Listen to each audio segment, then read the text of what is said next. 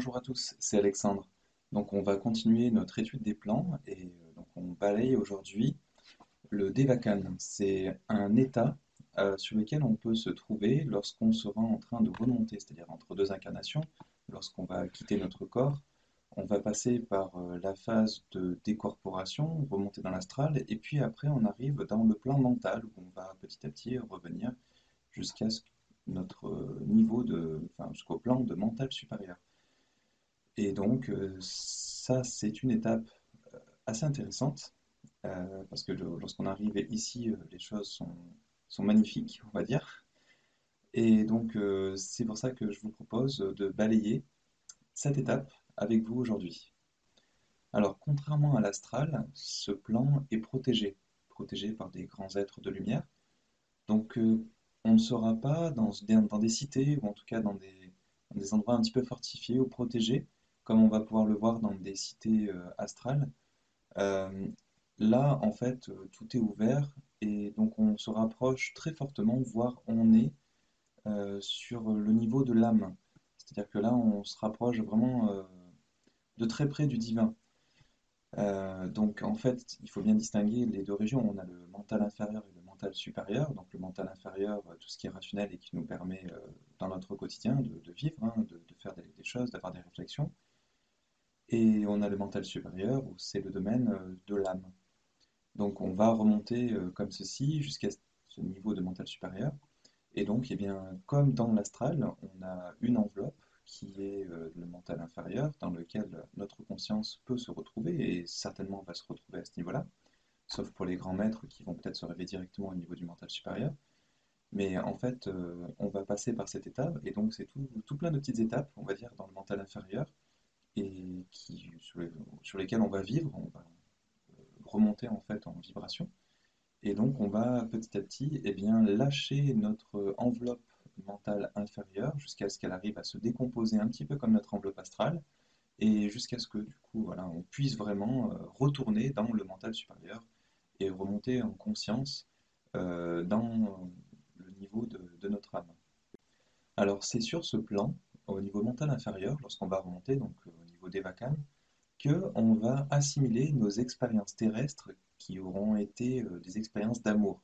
Donc les expériences d'amour bénéfiques, qui ont été bénéfiques pour nous ou pour les autres, eh bien on va les assimiler petit à petit et ça va nous faire grandir. Donc nous faire grandir par contre au niveau de notre âme. Donc c'est comme ça, c'est lorsque notre âme sera suffisamment évoluée et suffisamment grande que l'on pourra, à un moment donné, eh bien, s'affranchir de tout ce qui est réincarnation, cycle de réincarnation. Donc c'est pour ça qu'il est intéressant dans notre vie, dans notre quotidien, d'avoir des expériences d'amour enrichissantes pour nous-mêmes, pour les autres, justement pour nous permettre de grandir au maximum. Donc c'est pour ça qu'il peut y avoir des êtres qui restent longtemps sur ce cycle, sur le Devakan justement, parce que, ben, tant mieux pour eux, hein, ils ont eu beaucoup d'expériences d'amour positives. Euh, j'ai entendu parler de notions où c'était même parfois plusieurs siècles pour des êtres qui avaient été très lumineux tout au long de leur vie. Alors, je ne sais pas exactement si un saint va rester aussi longtemps, peut-être, hein, mais en tout cas, un être, ce que je n'ai compris, qui a vécu il y a à peu près 1000 ans, il y avait des êtres qui étaient très lumineux, en tout cas, c'était parce que dans l'éducation, c'était comme ça, il fallait être très lumineux avec tout le monde même s'il y avait des guerres, même s'il y avait des choses qui étaient peut-être moins reluisantes, hein, mais il y avait toujours des- une conduite en fait que les personnes avaient, et donc bah, naturellement ils étaient dans l'amour du prochain. Alors je dis pas qu'on ne le soit plus du tout, mais en tout cas c'était très très présent dans le quotidien de chacun. Le peu qu'on avait, on le donnait à l'autre, alors qu'aujourd'hui c'est plus forcément le cas. Aujourd'hui, c'est pas parce qu'on a qu'on donne. Aujourd'hui, dans nos sociétés occidentales, très souvent, en fait, on va peut-être donner pour certains, mais on va donner un peu par rapport à ce qu'on a. On va donner un maximum 4-5% de ce qu'on va récolter. Alors que avant, c'était un pourcentage qui était beaucoup plus important. Et c'est ce qui compte, en fait. C'est vraiment de donner ce que l'on a. C'est pas donner énormément en quantité, non. C'est donner par rapport à ce que l'on a. Alors, il y a également, comme les autres plans, 7 sous-plans. Donc on va en avoir 3 sous-plans dans le mental supérieur et on va en avoir 4 dans le mental inférieur. Euh, alors, dans ce qu'on peut en dire également, c'est qu'il y a des illusions terrestres dont on a nous-mêmes l'illusion dans nos vies en tant que terriens, qui sont beaucoup moins affirmées. C'est-à-dire qu'on est influencé, nous, par des illusions qui sont dans l'astral, hein, tout ce qui est les envies, les pulsions, etc. On a aussi le physique et on a également le mental inférieur, donc certaines illusions qu'on peut avoir en termes de logique notamment, qui se lèvent petit à petit. Alors quand on en est au plan du mental inférieur, lorsqu'on remonte, donc on n'a plus la couche astrale ou la couche physique qui va nous influencer et nous créer une sorte d'illusion. Donc là, on se rapproche vraiment d'une vision de la réalité des choses, contrairement à ce qu'on peut vivre dans une vie humaine. Alors lorsqu'on remonte dans ce plan, on se rend compte à quel point la vie humaine est importante, à quel point elle nous a apporté et à quel point elle est précieuse. Même si parfois on se rend compte qu'on a des souffrances, on a des choses voilà, qui nous plombent, euh, en fait on est créateur hein, de ce que l'on vit. C'est-à-dire on a toujours deux façons de voir les choses potentiellement. C'est-à-dire qu'on a une façon de voir les choses qui peut être positive comme négative dans tous les domaines, dans toutes les situations. On peut très bien être très riche mais vraiment se focaliser sur le petit truc qui ne va pas, sur les petits détails. Comme ça peut être aussi, ben, parce que tout va bien dans notre vie sauf quelque chose, et bien si on se focalise sur sur le petit quelque chose, ou sur le fait qu'il y ait une guerre dans le monde, ou quelque chose comme ça, eh bien on va voir les choses en noir. Mais en fait, si on se focalise vraiment sur les choses qui sont bien de notre vie, si on a une vision positive des choses, eh bien on verra la vie de manière très positive et qui nous apporte des choses très lumineuses. Donc le fait d'être dans le Débécane, on se rend compte effectivement à quel point les choses ont été positives, ont été très belles. Et le Débécane, c'est, alors quand on est dans le mental inférieur, hein, le plan mental inférieur, du coup on se trouve dans un monde qui est très très vaste, encore bien plus vaste que l'univers physique qu'on connaît, pour vous dire, à tel point que chacun arrive à créer son propre paradis. En fait, on va générer au fil de notre évolution au niveau de notre âme, eh bien, comme un monde tout autour de nous, qui va plus ou moins nous plaire hein, et qui sera plus ou moins subtil, plus ou moins beau, lumineux, par rapport à notre évolution. Donc, plus on sera dans une évolution de cœur, plus on sera dans une évolution lumineuse, et plus ce sera un monde lumineux. Alors à cette étape, dans le mental inférieur, on a également des visites, ou en tout cas des influences extérieures potentielles, c'est-à-dire qu'on va potentiellement voir ce qu'on appelle nos défunts, en fait, dans ce plan-là, qui vont commencer à pouvoir se présenter, alors sous la forme que l'on imagine nous. C'est-à-dire on va imaginer telle personne que l'on a connue sous certain trait, on va dire, et c'est sous cette forme-là qu'ils vont se présenter, justement pour que ça nous parle au mieux. Hein, et ils sont dans un espèce d'environnement, dans un monde qu'on maîtrise nous et qu'on manifeste. Et donc eux se manifestent dans ce monde-là au travers de cette vision. Et c'est là qu'on va pouvoir interagir comme si c'était en face de nous. On peut être également aidé et influencé par des êtres de lumière qui peuvent également se manifester hein, potentiellement dans ces mondes-là, qui sont très souvent magnifiques, on les représente souvent comme ça, et qui vont pouvoir nous aider, même si parfois ben, ils sont tellement dans des strates supérieures qu'on ne va pas forcément les comprendre, mais ils vont pouvoir nous aider, nous influencer pour qu'on puisse ben, continuer à acheminer, nous conseiller pour qu'on puisse ben, compléter nos connaissances en termes d'amour sur des choses qu'on n'a pas fini de vivre ou où on n'est pas allé jusqu'au bout de certaines expériences, on va dire, eh bien ils vont pouvoir voilà, nous aider et nous conseiller.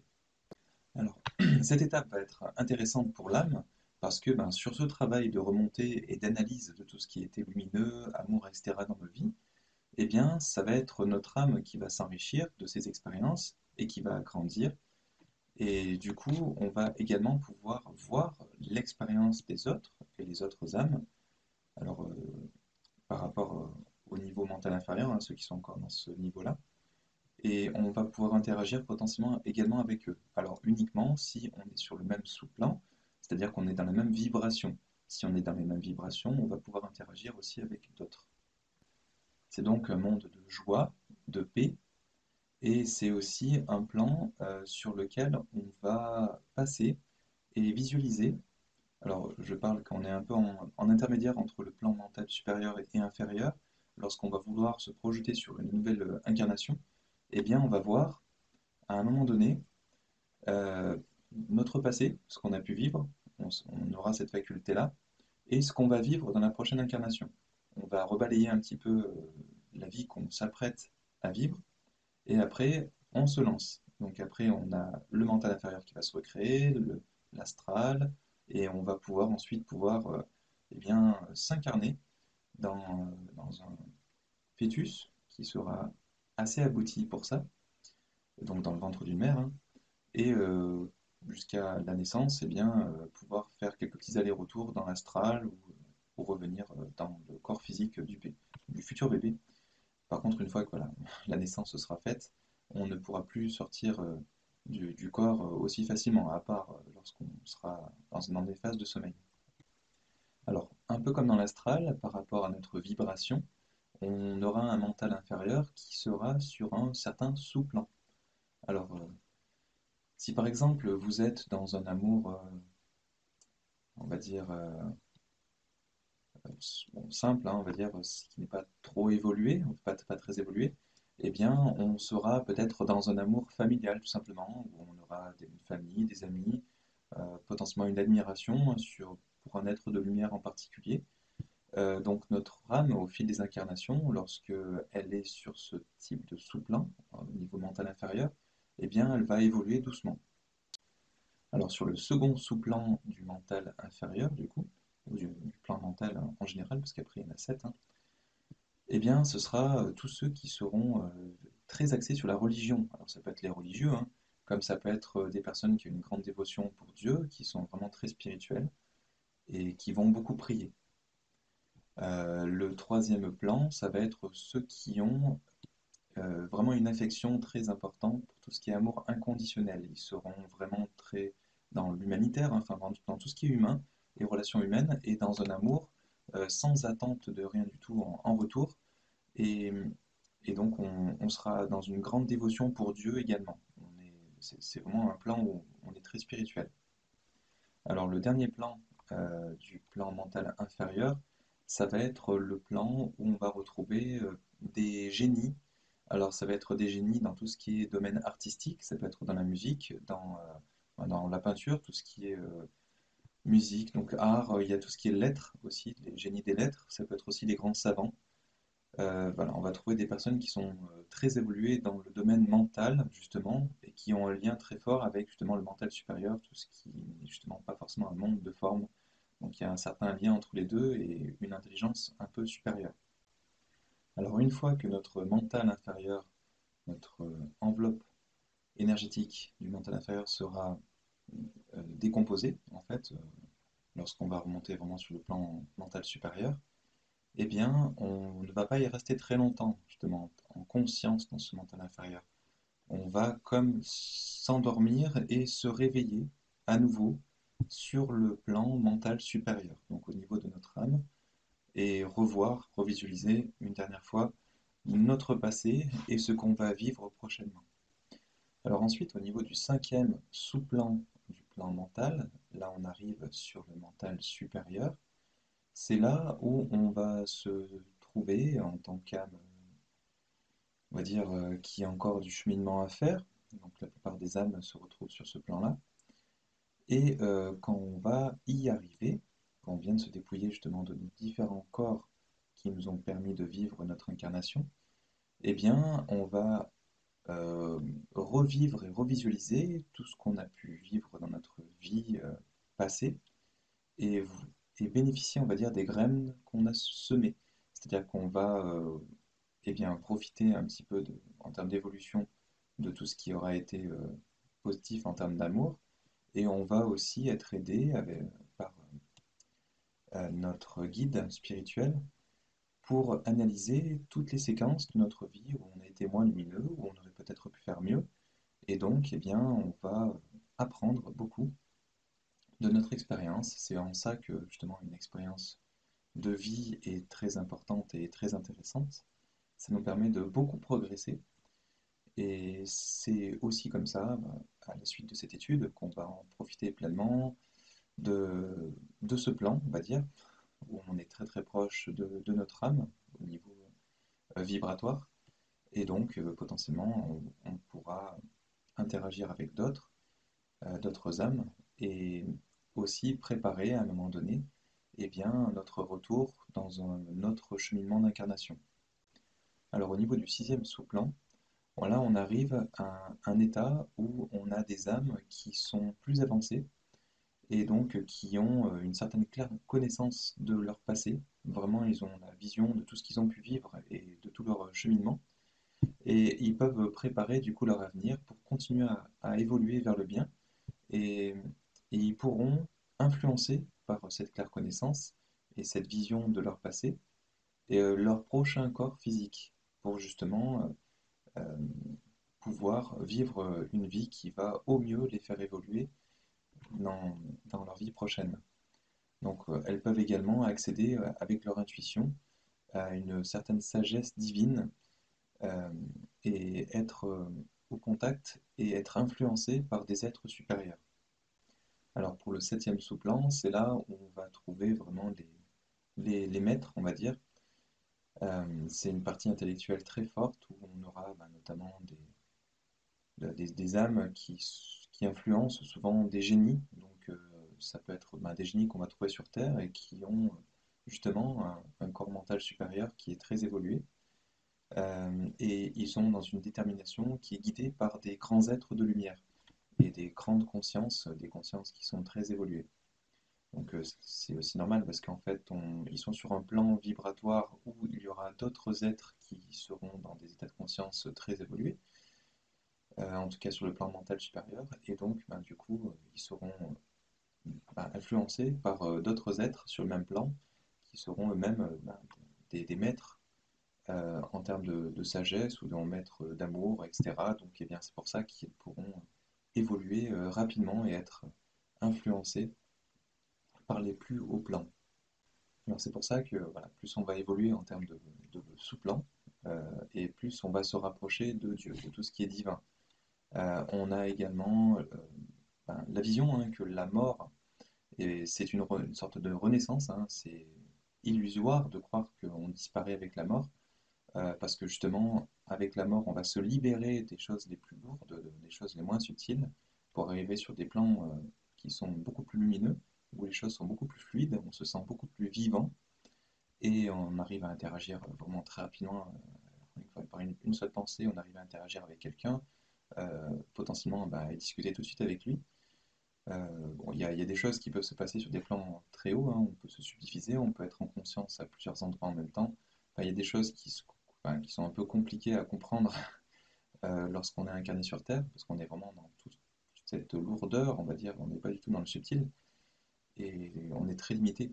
Donc c'est pour ça que aussi, toutes ces connaissances qu'on en a, il faut aussi les prendre aussi un peu avec des pincettes, Je vous transmets voilà, ce que j'en sais, mais euh, on est aussi très limité, on est des humains, donc on peut très bien se tromper, c'est tout à fait possible. Donc on a un certain niveau de connaissances qui nous sont enseignés par des esprits supérieurs, mais voilà, on est humain, on peut très bien se tromper. Donc voilà, donc dans l'astral, le physique et le mental inférieur, ça va être des plans où on va voyager de vie en vie pour expérimenter et grandir. Et donc, lorsqu'on va recommencer une incarnation, notre plan mental va s'associer petit à petit avec l'astral et le physique, jusqu'à vraiment à un moment donné être parfaitement synchronisé. Donc ça revient à peu près à la septième vie, pardon, la septième année d'incarnation. Donc à la septième année d'incarnation, on aura notre âme qui va commencer à pouvoir vraiment influencer tout ce qui est mental inférieur, astral et physique.